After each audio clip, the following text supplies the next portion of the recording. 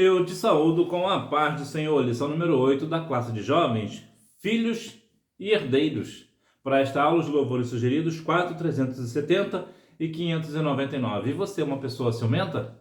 Na aula de hoje você vai descobrir que sim, você é uma pessoa ciumenta. Ainda que você diga que não.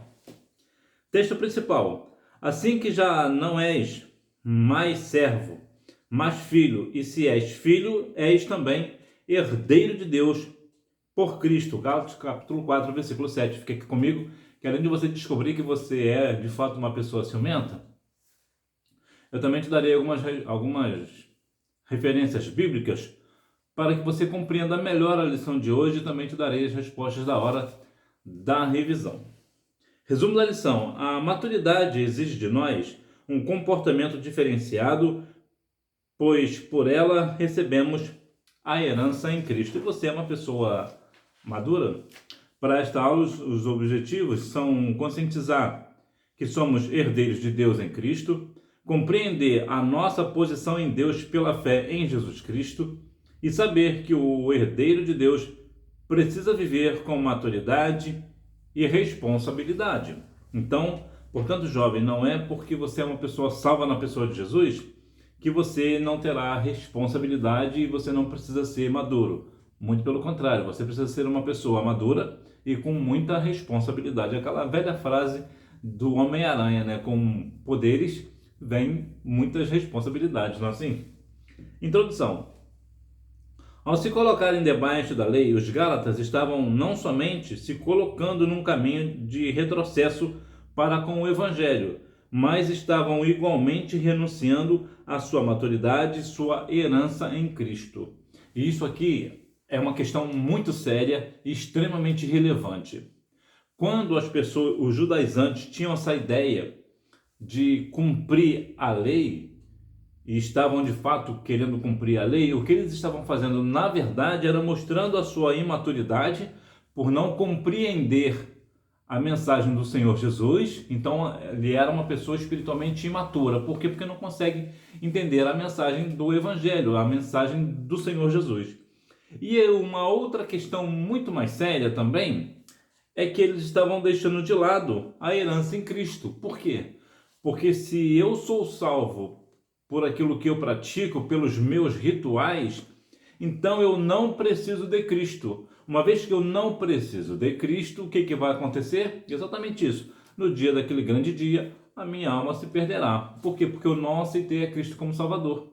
Então, quando alguém está de fato achando que por seu próprio esforço, por seus méritos, pelos seus sacrifícios, né, pelos seus rituais, né, pela lei, será salvo, na verdade, essa pessoa está perdida. Ela, na verdade, está deixando de lado a herança em Cristo. Herdeiro, mas como se não fosse ainda. Herdeiro, mas como escravo. Ainda que uma criança fosse considerada herdeira, não é diferente de um escravo enquanto não atingir a maioridade. A maioridade, na questão legal, tem a ver com idade. No nosso caso, aqui no Brasil, a pessoa é maior de idade a partir dos 18 anos. Fez 18 anos, é maior de idade. Em outros países, certamente é diferente. Mas a maturidade, propriamente dito, ela tem não a ver com quantos aniversários você celebrou. Maturidade tem a ver com como você lidar com os seus problemas, o que você faz em situações específicas. Quando surge um problema, como é que você resolve esse problema? E isso tem a ver com maturidade. Isso é uma pessoa sábia. Mas na questão aqui da herança, observe bem uma colocação interessante sobre a questão da criança. A criança, ainda que uma criança fosse considerada herdeira, digamos que uma pessoa é uma família muito abastada e tem somente um filho único, e esse filho único é uma criança de 5 anos, por exemplo. Ela vai herdar tudo, toda a herança, talvez de milhões e até de bilhões de reais daquela família. Então ela é herdeira. Entretanto, por se tratar de uma criança, ela é como se fosse um escravo. Por quê? Porque ela não tem maturidade para lidar com dinheiro. Um texto lá de 1 Coríntios capítulo 13, versículo 11, nos fala que ele falava e pensava e raciocinava como menino. Ali o apóstolo Paulo falando. Então agora que ele cresceu, vamos assim dizer, agora ele deixou de fazer as coisas de menino. Isso tem a ver com maturidade. Eu era menino, fazia coisas de menino. Agora eu não sou mais menino, então eu não faço mais coisas de menino. Agora, no meu caso, eu faço coisas de homem. E qual é a questão de homem? É pagar boleto, por exemplo, né? Pagar boleto, fazer o que tem que fazer, é uma pessoa responsável e por aí afora, né? Então, é claro que aqui é um pouco diferente o contexto, mas só para você ter um norte de quando nós somos crianças, menino ou menina, nós vamos fazer coisas de menino e de menina. Nós somos pessoas completamente, somos crianças, nós não temos entendimento das coisas. Então, mesmo se nós tivermos uma herança muito alta, nós não conseguiríamos lidar com essa situação. Por quê? Porque nós não temos maturidade para lidar com dinheiro e, no caso, com essa herança. Na plenitude dos tempos, um momento da história humana em que Deus interveio para transformar uma promessa em um fato consumado é chamado de plenitude dos tempos, ou seja, o que aconteceu de fato. Deus nos deu a Cristo na cruz do Calvário. Para quê? Para consumir a promessa. Então, quando Jesus morreu na cruz, a nossa promessa foi consumada na cruz. A nossa promessa foi validada, vamos assim dizer, né? Ela foi validada. Né? Por quê? Porque agora nós temos uma promessa de herdar o reino dos céus. Isso só é possível porque Deus fez um plano de salvação que cabia, no caso, Cristo morrer na cruz do Calvário. Uma vez agora que Jesus foi morto na cruz do Calvário, então nós somos herdeiros do Senhor, herdeiros de Cristo. Agora, tudo que o Senhor Jesus conquistou na cruz é direito, é nosso, é nossa herança. Por quê? Porque o Senhor nos concedeu justamente porque na plenitude dos tempos, Deus nos deu Jesus no Calvário. Remiu os que estavam debaixo da lei. A vinda de Jesus foi para remir os que estavam debaixo da lei. Remir é comprar novamente. Paulo aqui nos mostra que as ações de Deus sempre têm um propósito. Nessa remissão, Jesus pagou a nossa dívida e com seu sangue nos comprou para Deus. Remir é comprar novamente. Existe um caso muito interessante, que é o caso de Oséias. Oséias tem uma questão muito interessante ali, que ele remiu uma prostituta. Isso é uma questão muito difícil para nós homens. Deus mandou Oséias se casar com uma mulher de prostituição. Ele foi lá e fez exatamente isso. Aquela mulher saiu da casa de Oséias e voltou para a prostituição. E Deus fez fazer entender Oséias, e Oséias foi lá e comprou mais uma vez aquela mulher de prostituição. O que Oséias fez? Ele remiu, né, aquela prostituta, ou seja, ele comprou de novo, ele comprou novamente. Por que Deus mandou Oséias fazer isso? Para mostrar a Oséias, né, ao profeta Oséias, para que Oséias entendesse na prática como era o povo. O povo de Israel era uma prostituta espiritual. Deus comprou o povo de Israel, mas o povo de Israel, ao invés de ficar na casa de Deus, foi atrás de outros deuses. Ou seja, eram prostitutos, né, ou prostitutas espirituais. Então Deus fez com que Oséias entendesse o que Deus estava fazendo. Então Deus remiu o povo de Israel e Oséias remiu aquela prostituta. Então Oséias entendeu bem o propósito. Então o Senhor, como que o Senhor nos remiu? Dando Jesus na cruz do Calvário. O Senhor, ele já nos deu vida a todos nós, né? Independente se cristãos ou não, o Senhor nos formou a todos. No entanto, agora ele comprou na cruz do Calvário. Então o Senhor nos remiu, né, debaixo da lei. A nossa posição em Deus: somos filhos e herdeiros. Paulo prossegue dizendo que somos filhos e herdeiros, coisa que um escravo não é. Pelo Espírito Santo, os gentios poderiam chamar Deus de paizinho, não uma expressão que remonte à ideia de um diminutivo, mas sim de intimidade. qual é o tipo de intimidade que você tem com o Senhor, jovem?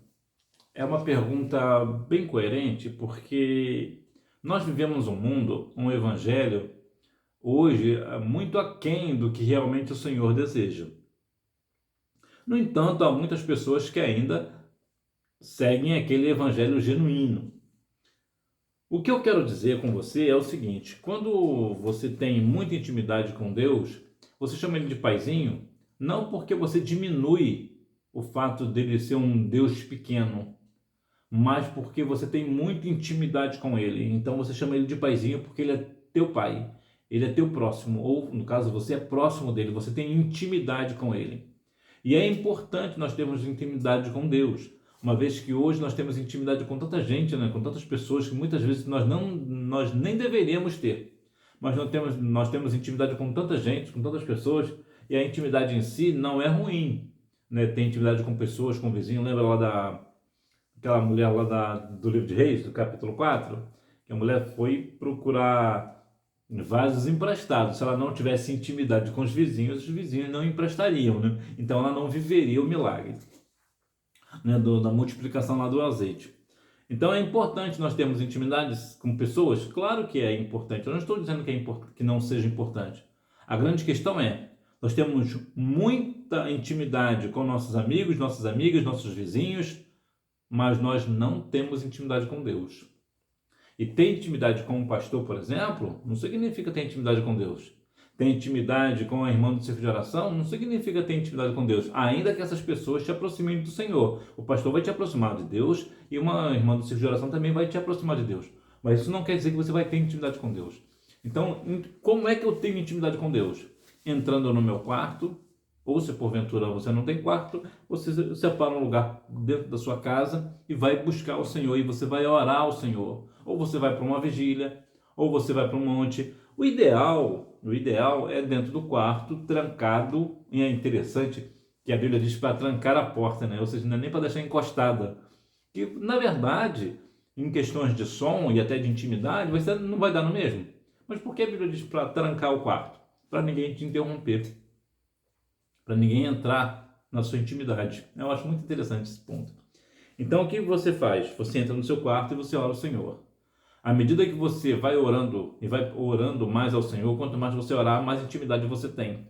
É aquela velha dinâmica. Quanto mais você conversa com uma pessoa, mais intimidade com ela você cria. Da mesma forma, o Senhor, quanto mais você ora ao Senhor, mais intimidade com Ele você tem. Guardando preceitos e regras. Mais que isso, eles passaram a se preocupar com a guarda das festas hebraicas e os dias santos, uma regra para que a cultura judaica fosse prolongada entre os gentios. Eles aprenderam com os judaizantes a guardar rituais que se iniciavam com datas importantes do judaísmo: o que comer, o que não comer, não deixar de celebrar tal data. Na prática, pouca diferença tinha o legalismo do paganismo, dos ídolos que antes os gálatas adoravam. A Bíblia diz em 1 Coríntios 10:31, quer comais, quer bebais, fazei tudo para a glória do Senhor. Então, quando você vai comer, você precisa fazer isso para a glória do Senhor.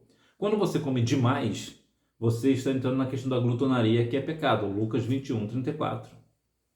Então, observe que aqui nesse caso, o legalismo e o paganismo eram praticamente a mesma coisa. E o que é a diferença? O legalismo é quando uma pessoa acha que é salva porque pratica rituais, né? Principalmente questões da lei, né? Pratica a lei, então eu pratico a lei, então eu sou salvo. Não, isso é legalismo, a lei não salva ninguém.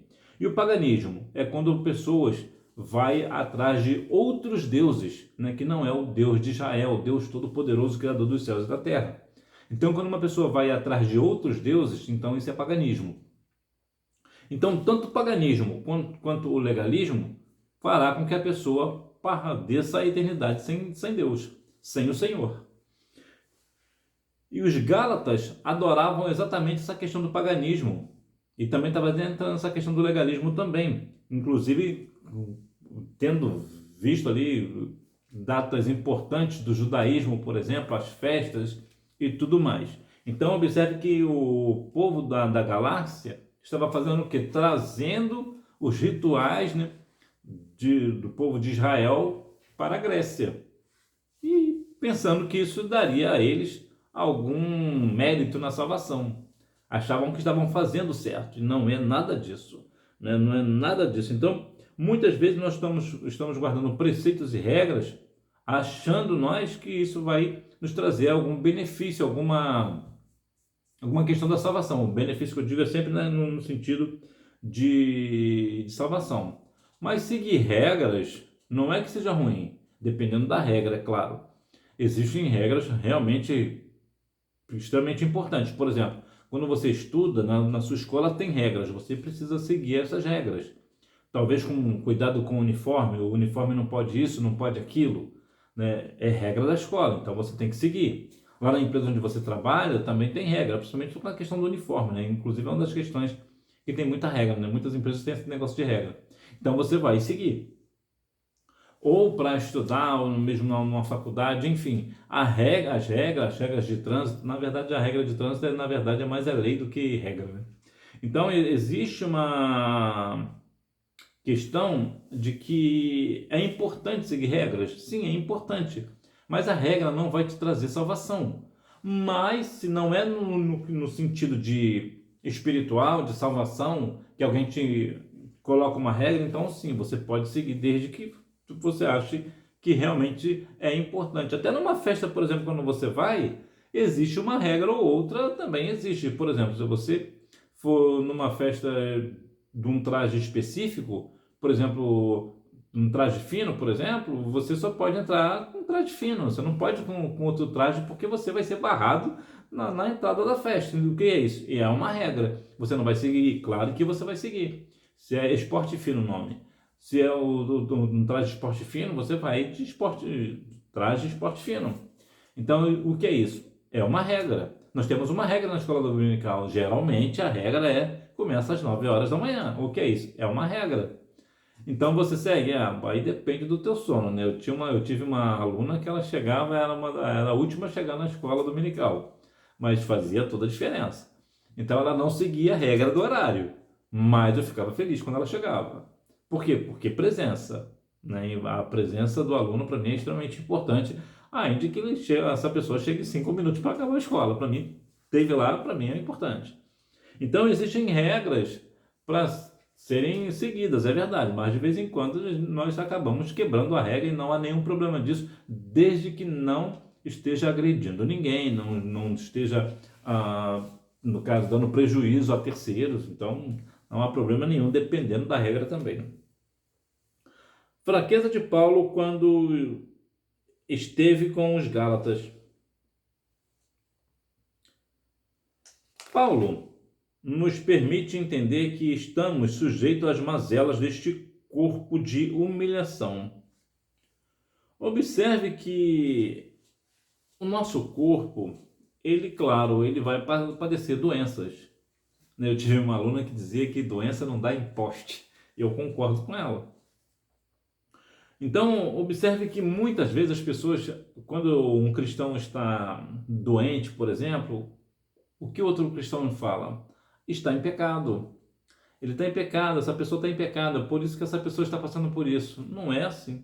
Mas não foi exatamente isso que aconteceu com Jó? Jó padeceu tanta a enfermidade, e o que as pessoas diziam, seus amigos, né? Amigo da onça, na verdade, né? Diziam que, olha, Jó, confessa logo o teu pecado para você ser curado.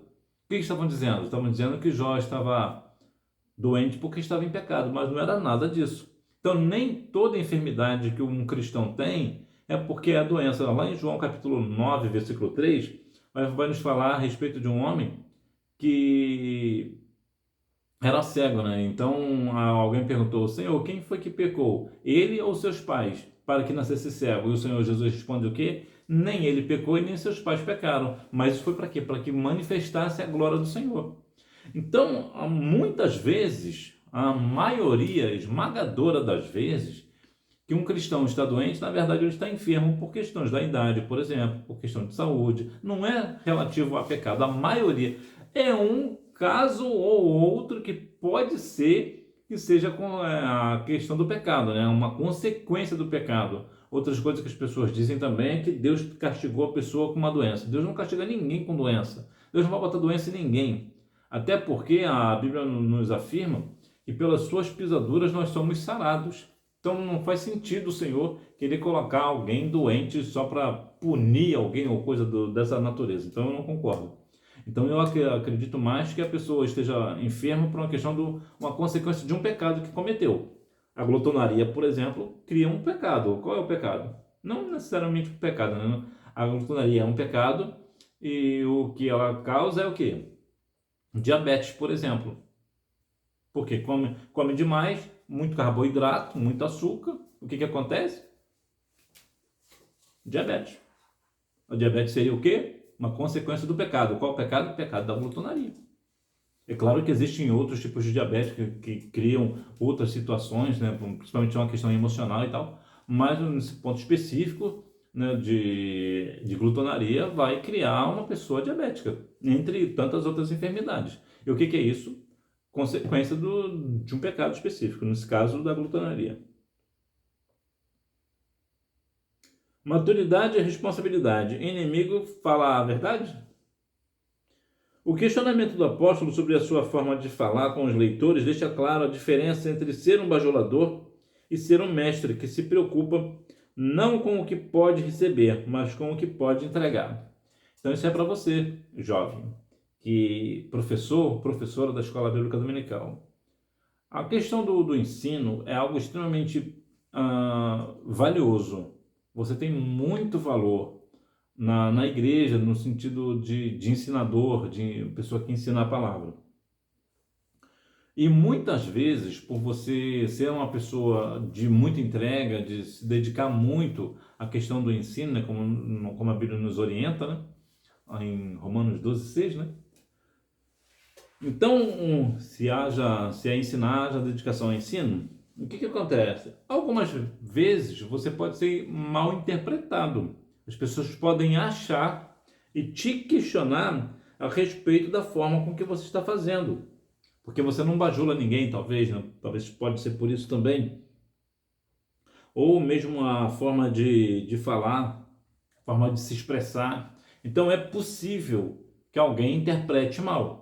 Entretanto, é importante você observar que você como médico, você como professor, professora, você é uma pessoa dedicada. Então você vê muito mais além do que os alunos estão vendo. Então é possível que um aluno ou outro não tenha maturidade para compreender o que você está ensinando. E por isso vai fazer alguns questionamentos acerca do teu ensino. Mas é importante que você continue a fazer o quê? A falar a verdade. Por quê? Porque você é amigo. Amigo fala a verdade. Quem fala mentira é inimigo. Inimigo é que mente. Mas você que é amigo dos seus alunos, é amiga dos seus alunos, você fala a verdade para eles. Ensina a verdade para eles, ainda que eles não tenham maturidade para compreender. Então observe que isso faz toda a diferença, faz toda a importância de viver na verdade, de falar a verdade, de ensinar a verdade. Por quê? Porque você está com o Senhor Jesus. E Jesus disse o quê? Eu sou o caminho e a verdade. O zelo inconveniente. Nem toda demonstração de zelo é do Espírito. É possível que haja na igreja pessoas que apresentam o que seria tido por um comportamento aceitável diante de Deus, mas sem o aval dele. O zelo dos judaizantes não era espiritual, mas religioso, e esses dois zelos são diferentes. A Bíblia menciona lá no livro de Tiago, capítulo 4, versículo 5, que o Espírito Santo ele tem ciúme de ti. Então, eu falei com você no início que você é uma pessoa ciumenta e você deve ter você deve ter pensado, né? Não, eu não sou, ou talvez você realmente seja. De modo geral, a maioria das pessoas são ciumentas. O que é o ciúme? Ciúme é zelo. Então, se você tem zelo por alguma coisa, você é ciumento. Por exemplo, se você tem ciúme do seu celular, não deixa que ninguém chegue perto, por exemplo, você tem um cuidado com o celular, você coloca capa no teu celular, você põe película no seu celular para protegê-lo, né? Você sempre mantém o seu celular num lugar de forma que se ele cair, ele não vai quebrar. O que é isso? Isso é zelo, é cuidado. O que é isso? Ciúme. O ciúme é uma palavra que vem do seu original, o original que significa zelo. Então, se você é uma pessoa zelosa, você é uma pessoa ciumenta. E aqui vai entrar na questão do zelo. Nem todo mundo que está na igreja que é uma pessoa zelosa de fato tem realmente a aprovação de Deus. Eu vou te dar um exemplo. Uma pessoa pode ser muito zelosa com as coisas de Deus, com a coisa da igreja, melhor dizendo, com as coisas da igreja. Deixa sempre a igreja sempre arrumada, sempre ornamenta a igreja. Isso eu vou te dar um exemplo. Não estou dizendo que as pessoas que fazem isso estão enquadradas no ponto que eu estou dizendo. Estou te dando um exemplo. E você pensa o seguinte: essa pessoa é uma pessoa muito zelosa na igreja. Talvez um diácono, um obreiro, de modo geral, um irmão de segunda geração, ou até mesmo um jovem, uma jovem, uma pessoa muito dedicada, né? Sempre deixa a igreja limpa, isso, aquilo. O que isso aparenta? Ela aparenta ser uma pessoa zelosa na obra, não parece? Mas isso pode ser somente uma aparência. Ela pode só fazer isso para parecer ser uma pessoa zelosa, mas na verdade não anda na verdade. É uma pessoa que não tem nenhum compromisso com Deus, não tem nenhuma intimidade, não chega nos horários dos cultos, muitas vezes vai passear no horário do culto de propósito, porque não quer ir à igreja. Então veja que não tem uma vida de oração, não tem uma vida de leitura da palavra, não tem uma vida de fé, de arrependimento, de mudança de caráter. Então você observa que o zelo que essa pessoa tem é o quê? É mais uma questão material do que espiritual. Ela tem mais uma questão de zelo no que diz tocante às coisas visíveis do que as invisíveis. Invisível é aquilo que você faz quando ninguém está te olhando. Então isso é o quê? Uma questão invisível, ninguém está te vendo. Então observe que a questão do zelo com a igreja, por exemplo, nesse sentido, não quer dizer que a pessoa seja uma pessoa zelosa e está sendo aprovada por Deus. Muito pelo contrário, uma pessoa que está cuidando do templo, da casa de Deus, né, propriamente dito, né? Mas não cuida do templo do Espírito, não é uma pessoa zelosa. Eu chego na igreja, faço tudo o que tem que fazer, arrumo tudo, arrumo os bancos, os púlpitos, eu mexo no som, deixo tudo organizado, tudo arrumadinho, tudo perfeito, eu tenho zelo, não deixo as coisas fazerem uma coisa ruim, eu cuido para as crianças não mexerem nos instrumentos. Olha como eu sou zeloso. Mas no meu dia a dia, eu sou uma pessoa que não tem compromisso com a verdade, eu não vou à igreja, eu muitas vezes, dependendo do caso, eu faço coisas que Deus não se agrada. Então, muitas vezes, o que as pessoas aparentam ser, na verdade, é tudo mentira. A maioridade exige responsabilidades. De um adulto se espera diversas características, como inteligência, experiência, responsabilidade por seus atos, seriedade e conhecimento. Não esperamos isso de uma criança, que ainda está em desenvolvimento e não possui essas competências. As crianças, elas são extremamente dependentes de nós, adultos. Então nós devemos ter cuidado com as crianças, porque elas são incapazes de criar, de situações, de ser responsável pelos seus atos. Então nós devemos ter cuidado com as crianças. E o que nós precisamos, o que nós esperamos de um adulto? Inteligência. A inteligência, ela é diferente de sabedoria. Inteligência é saber, é conhecer. Sabedoria é saber aplicar esse conhecimento, esse saber no momento certo, no tempo oportuno. Então, mas em princípio a pessoa tem que ter um pouco de inteligência, né? Pelo menos um pouco de inteligência.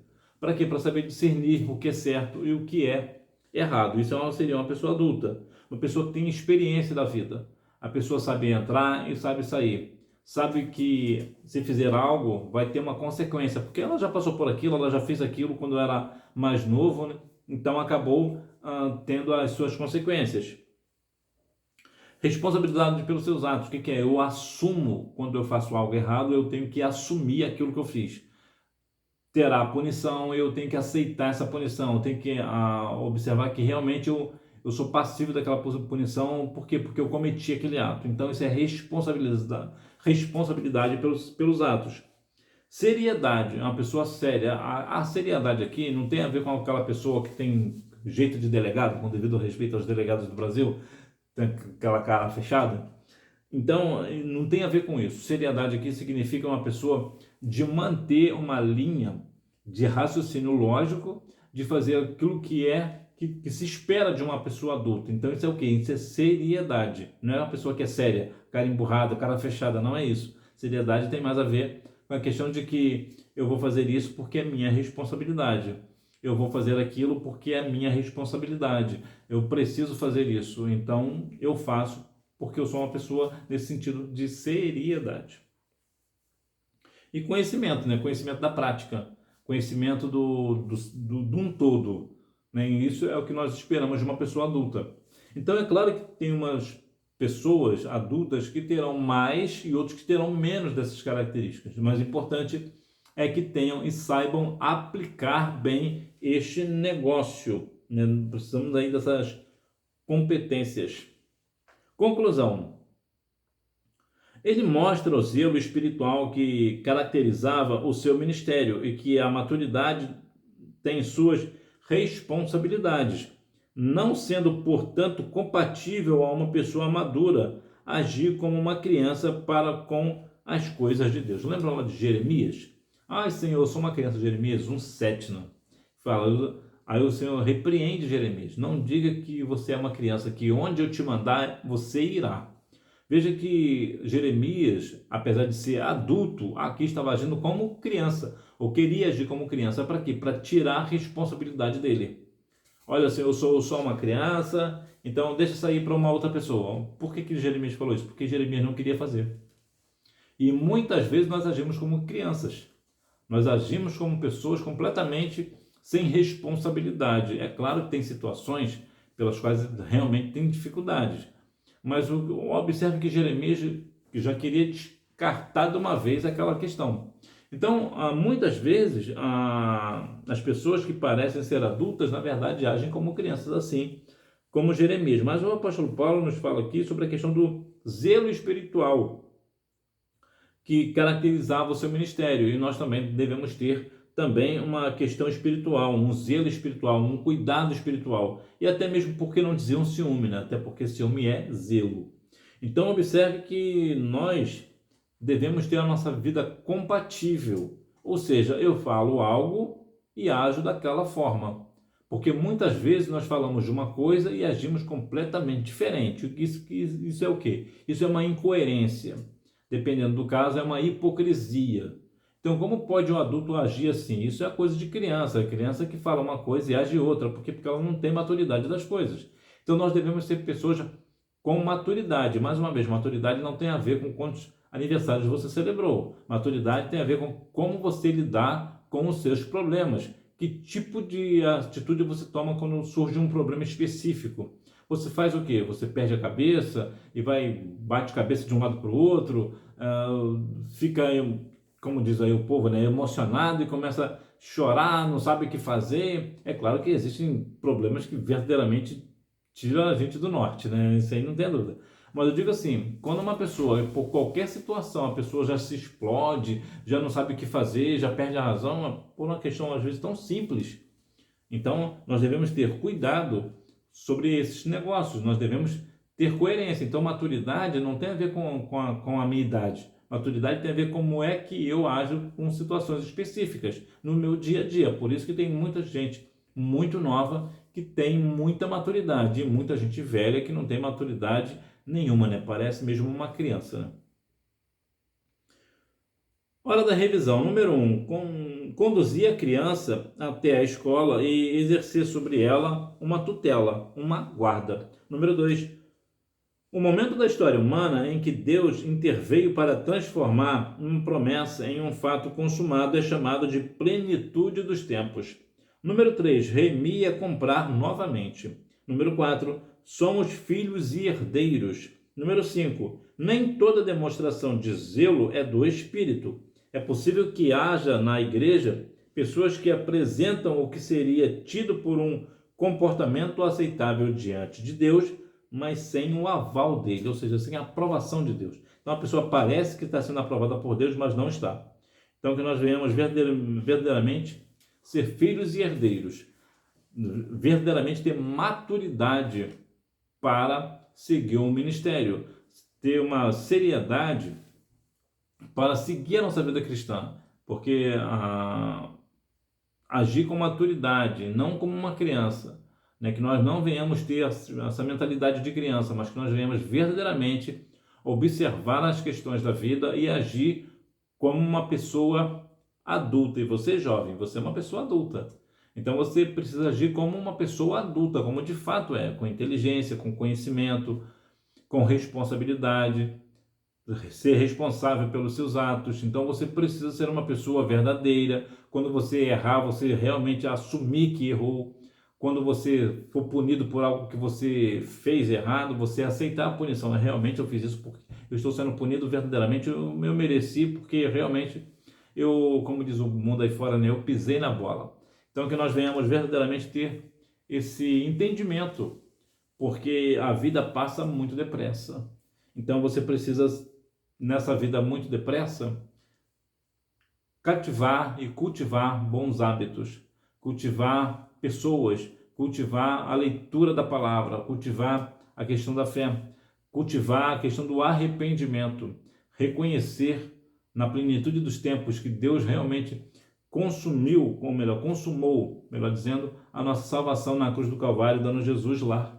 Então que nós venhamos a cada dia mais estarmos na liberdade em Cristo, sabendo que em Cristo nós somos mais do que vencedores. Que Deus em Cristo continue abençoando a sua vida e até a próxima aula, se Deus quiser. Fica na paz.